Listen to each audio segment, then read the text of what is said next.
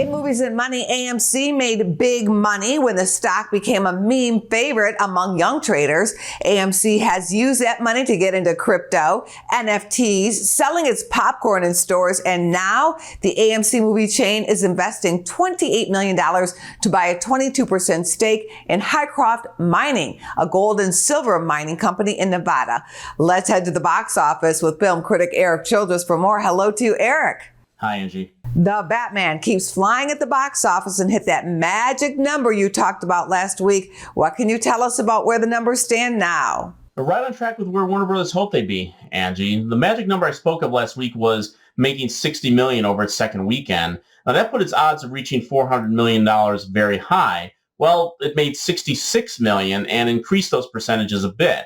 As of Sunday, The Batman became the second highest grossing film released in the last 2 years and 3 months. Warner Brothers is moving around its pictures. Tell us about that schedule overhaul. Well, apparently there have been some production delays on two of their most anticipated DC comic book films this year, which are being blamed on COVID. So instead of The Flash kicking off the holiday movie season on November 4th, it will now be seen in the middle of next summer on June 23rd, 2023.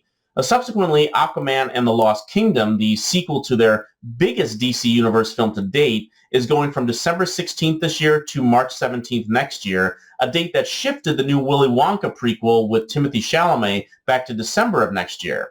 Now, the fact that the second Aquaman film was scheduled to open on the same day as James Cameron's long-awaited Avatar sequel can certainly not be ignored. But then it is odd that the studio would move up Shazam! Fury of the Gods a whole 6 months to that very slot when it was slated for June 2nd of 2023. So now it is Avatar 2 versus Shazam 2, which almost feels like a sacrifice given that is one of their lower grossing DCU films, even though I still believe it to be their best.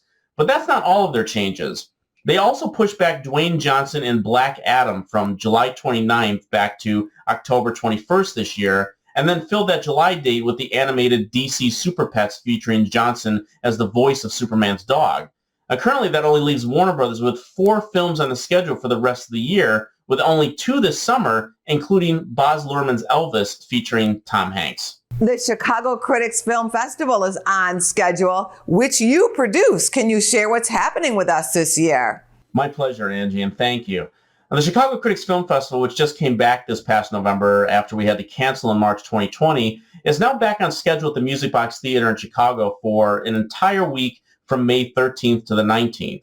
Now, all these film festivals you hear me talk about on here, most people are unable to attend due to cost and travel, amongst other things. So what we do is choose the best films we can find at these fests that we want people to see and bring them to Chicago for their local premiere. We announced the first 7 films from this year's event yesterday, which will ultimately feature over 30 features and short films.